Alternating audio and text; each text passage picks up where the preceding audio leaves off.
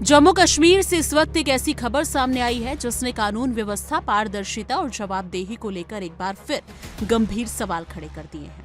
गांदरबल में एक युवक की मुठभेड़ में मौत और अब उसी घटना को लेकर उठते सवाल, क्या ये सिर्फ एक वैसा ही है जैसा बताया गया या फिर इसके पीछे कोई और सच्चाई छिपी हुई है? सबसे बड़ा सवाल ये है कि जिस जांच की बात की गई है उसकी रिपोर्ट आखिर कब सामने आएगी और क्या सच वाकई जनता तक पहुंचेगा? दरअसल ये पूरा मामला गांदरबल में एक युवक की मौत से जुड़ा है जिसे ताजी गांव इलाके के पास एक मुठभेड़ में मारा बताया जा रहा था। मारा भी गया, लेकिन इस घटना के बाद से ही इस पर कई तरह के सवाल उठने लगे। स्थानीय स्तर पर लोगों ने इस मुठभेड़ की परिस्थितियों को लेकर शंका जताई, जिसके बाद इस मामले की जांच के आदेश दिए गए। सरकार ने इसे गंभीरता से लेते हुए मजिस्ट्रेट जांच शुरू करवाई और 7 दिनों के भीतर रिपोर्ट पेश करने का निर्देश भी दिया गया ताकि सच्चाई जल्द से जल्द सामने आ सके। इस पूरे मामले पर जम्मू कश्मीर के मुख्यमंत्री उमर अब्दुल्ला ने खुलकर अपनी बात रखी है। उन्होंने साफ शब्दों में कहा कि जांच तय समय सीमा में पूरी तरह होनी चाहिए और उसकी रिपोर्ट को सार्वजनिक किया जाना चाहिए।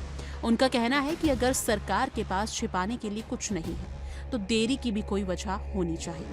ये बयान सिर्फ एक प्रशासनिक मांग नहीं है बल्कि एक मजबूत राजनीतिक संदेश भी है जो पारदर्शिता और जवाबदेही की मांग को सीधे तौर पर सामने रखता है। मुख्यमंत्री ने यह भी कहा कि ऐसे मामलों में सबसे महत्वपूर्ण बात होती है जनता का भरोसा। अगर किसी घटना की सच्चाई को छिपाया जाता है या जांच में देरी होती है तो लोगों का विश्वास शासन और कानून व्यवस्था से कमजोर हो जाता है। उन्होंने इस बात पर जोर दिया कि जहां भी ऐसी घटनाएं होती हैं वहां सच्चाई को सामने लाना जरूरी है ताकि लोगों को ये महसूस हो सके कि न्याय हो रहा है और सिस्टम निष्पक्ष तरीके से काम कर रहा है। इस पूरे घटनाक्रम में एक और अहम पहलू सामने आया है जम्मू कश्मीर में कानून व्यवस्था की जिम्मेदारी को लेकर। मुख्यमंत्री उमर अब्दुल्ला ने स्पष्ट किया कि मौजूदा समय में कानून व्यवस्था और सुरक्षा उनके सीधे नियंत्रण में नहीं है बल्कि एक उपराज्यपाल के अधिकार क्षेत्र में आती है। इस संदर्भ में मनोज सिन्हा की भूमिका भी चर्चा में है क्योंकि जांच के आदेश और सुरक्षा से जुड़े फैसले उन्हीं के दायरे में आते हैं। ये बयान अपने आप में कई बड़े सवाल खड़े करता है। क्या एक निर्वाचित सरकार के पास कानून व्यवस्था पर पूरा नियंत्रण होना चाहिए? क्या केंद्र शासित प्रदेश का दर्जा इस तरह के मामलों में निर्णय लेने की प्रक्रिया को प्रभावित करता है? और सबसे अहम, ऐसी स्थिति में जवाबदेही किसकी तय होती है? ये सारे सवाल अब इस मामले के साथ साथ सामने आ रहे हैं। वही जांच को लेकर जो समय सीमा तय की गई थी वो भी अब चर्चा का विषय बन चुकी है। 7 दिनों के भीतर रिपोर्ट देने की बात कही गई थी, लेकिन जैसे जैसे समय बीत रहा है लोगों की उत्सुकता और चिंता दोनों बढ़ती जा रही है।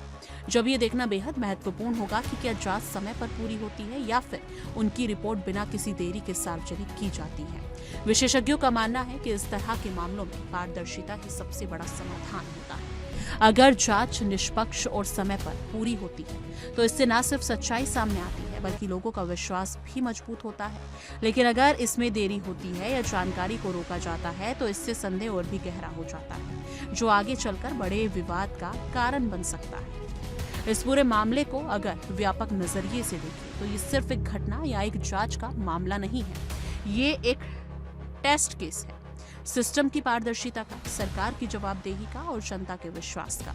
जहां जो भी फैसला होगा या जो भी सच्चाई सामने आएगी उसका असर सिर्फ इस एक केस तक सीमित नहीं रहेगा बल्कि आने वाले समय में ऐसे मामलों को कैसे संभाला जाएगा उस पर भी पड़ेगा।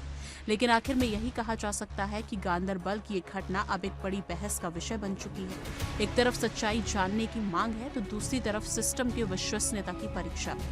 अब सबकी नजर इस बात पर टिकी है कि जांच रिपोर्ट कब सामने आती है और उसमें क्या खुलासा होता है। क्या सच सामने आएगा या सवाल और गहराएंगे? इसका जवाब आने वाले कुछ दिनों में ही मिलेगा।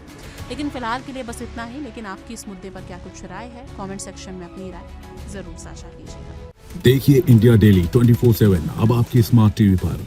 इंडिया डेली मौजूद है सभी डिजिटल प्लेटफॉर्म पर लाइव और लगातार। इंडिया डेली 24/7 हर दिन राष्ट्र को समर्पित।